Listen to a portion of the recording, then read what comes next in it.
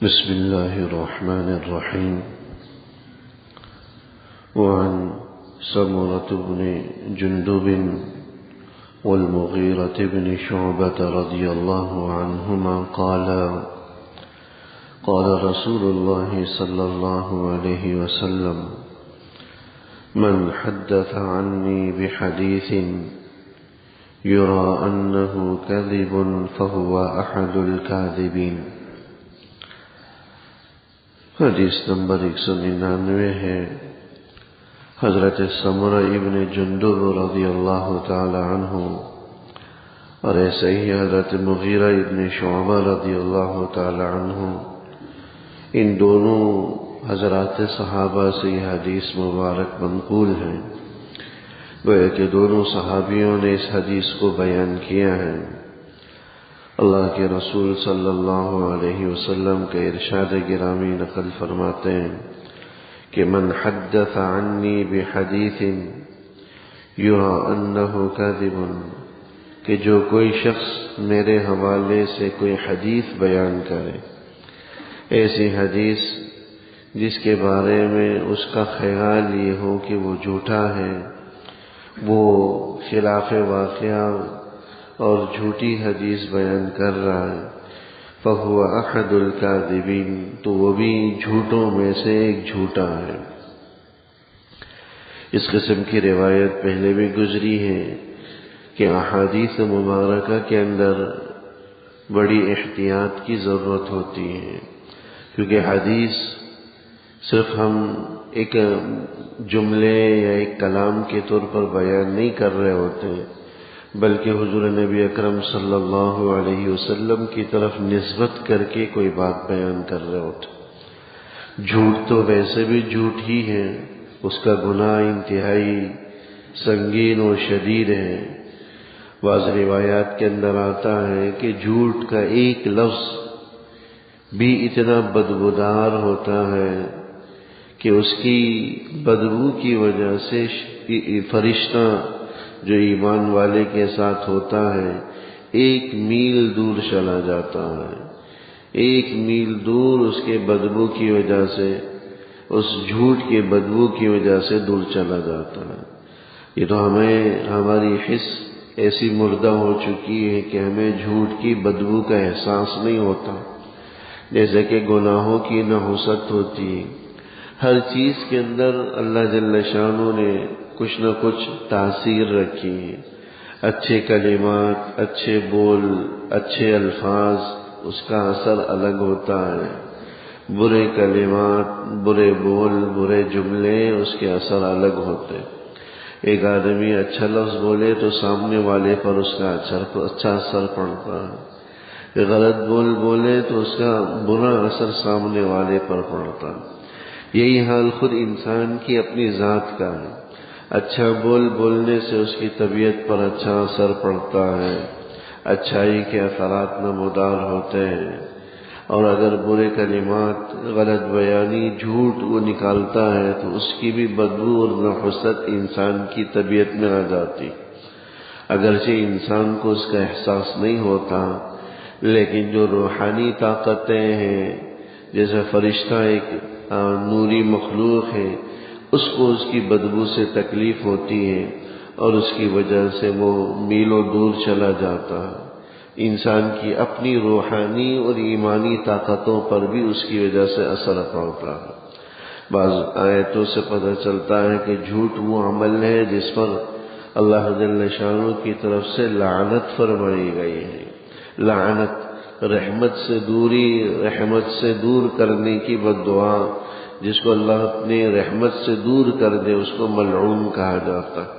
تو لعنت والے اعمال میں سے ہے. اور یہ ایسا عمل ہے جھوٹ کا کہ اگر کوئی سنجیدگی سے جھوٹ بولے تب بھی گناہ ہے. مذاق میں دل لگی کے طور پر بھی غلط بیانی کرے تب بھی جھوٹ کا گناہ ہوتا ہے.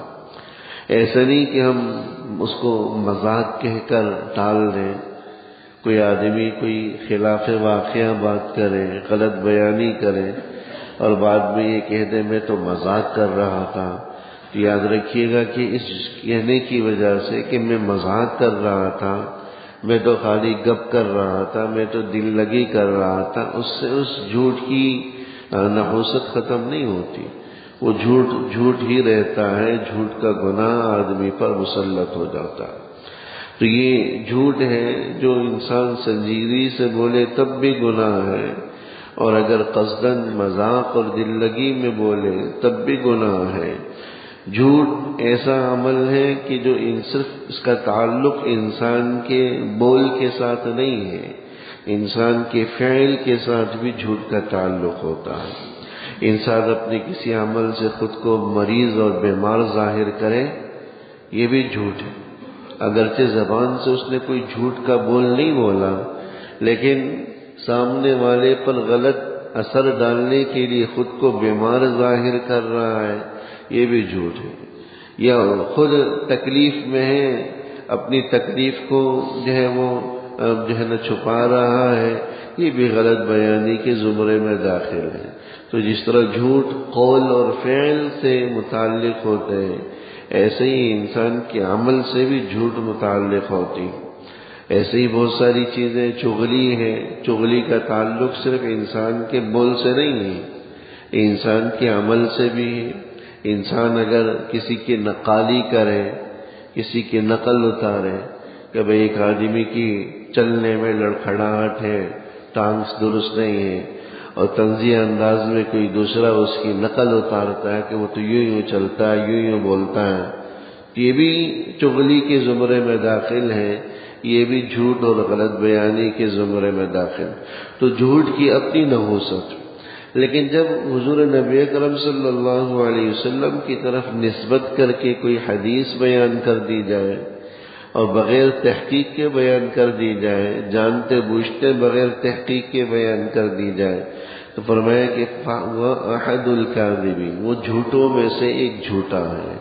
ایک جھوٹا وہ ہے کہ جس نے وہ غلط حدیث بیان کی، دوسرا جھوٹا وہ ہے جس نے اس غلط حدیث کو آگے منتقل کیا، ایک گڑھنے والا جس نے اس حدیث کو ایجاد کیا، حدیث کے نام پر اس کو گڑھ لیا، یہ بھی جھوٹا ہے۔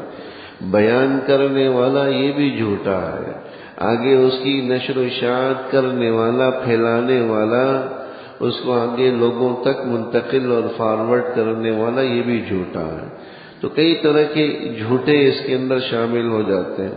تو فرمایا کہ جو میری طرف منسوب کر کے کوئی حدیث بیان کرے، یرا انہ کذب، جس کے بارے میں اس کا خیال یہ ہو کہ وہ غلط ہے، درست نہیں ہے، یہ بھی جھوٹوں میں سے ایک جھوٹا ہے۔ اگر جانتے بوجھتے غلط بات حضور کی طرف منسوب کر کے کہی ہے تو اس کے تو جھوٹے ہونے میں اور گناہ ہونے میں کوئی شک نہیں، لیکن اگر کوئی جانتے بوجھتے نہ کرے تب بھی انسان پر ذمہ داری عائد ہوتی ہے کہ تحقیق کر۔ قرآن کریم میں سورہ اسراء کے اندر اللہ جل شانہ نے فرمایا کہ وَلَا تَقْفُ مَا لَيْسَ لَكَ بِهِ عِلْمٌ إِنَّ السَّمْعَ وَالْبَصَرَ وَالْفُؤَادَ كُلُّ أُولَئِكَ كَانَ عَنْهُ مَسْئُولًا، کہ وَلَا تَقْفُ مَا لَيْسَ لَكَ بِهِ عِلْمٌ، کہ جس چیز کا علم تمہیں نہیں ہے تو بغیر علم کے کسی بات کو آگے بیان مت کرو، بغیر تحقیق کے کسی بات پر یقین نہ کرو اور نہیں اس کو آگے پھیلاؤ۔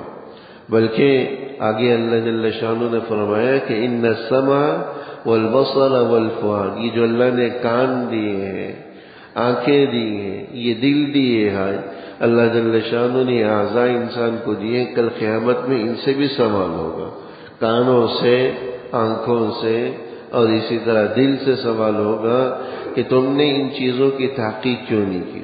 وہ ایک اللہ جل شانہ یہ فرمانا چاہ رہے کسی بات کو بیان کرنے کے لیے سب سے پہلے اس کا واقعتاً سننا ضروری ہے۔ آپ کہتے ہیں میں نے سنی یہ بات، تو سننا چاہیے، اس کا تعلق انسان کے کانوں سے ہے۔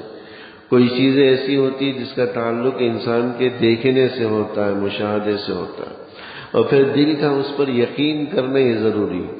تو نہ انسان کے کان، انسان کی آنکھیں، انسان کا قلب جو اللہ نے عطا کیا ہے، ان چیزوں کے ذریعے تحقیق کرے اور بغیر تحقیق کے کوئی خلاف واقعہ بات کو بیان کرنے میں کل قیامت میں جس طرح انسان سے باز پرس ہوگی، انسان کے ان اعضاء سے بھی اللہ پوچھیں گے، ان اعضاء سے بھی اللہ باز پرس کریں۔ تو من حدث عنی بحدیث یرا انہ کذب کا مطلب یہی ہوا کہ حدیث کو بیان کرتے ہوئے انسان کو ہر قسم کی تحقیق ضرور کر لینی چاہیے۔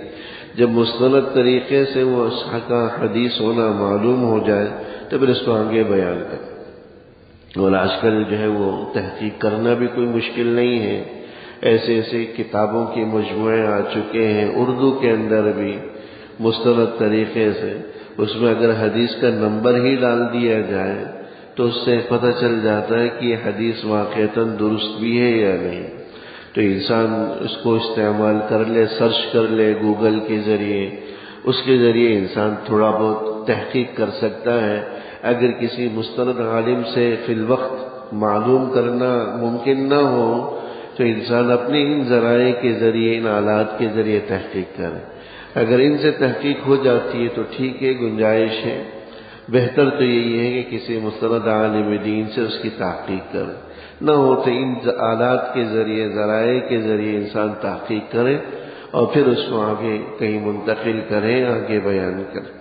اللہ جل شانہ عمل کرنے کی توفیق عطا فرمائے۔ ربنا تقبل منا انك انت السميع وتب علينا انك انت التواب الرحيم، وصلى الله تعالى على خير خلقه محمد وآله وصحبه أجمعين، آمين برحمتك يا رب۔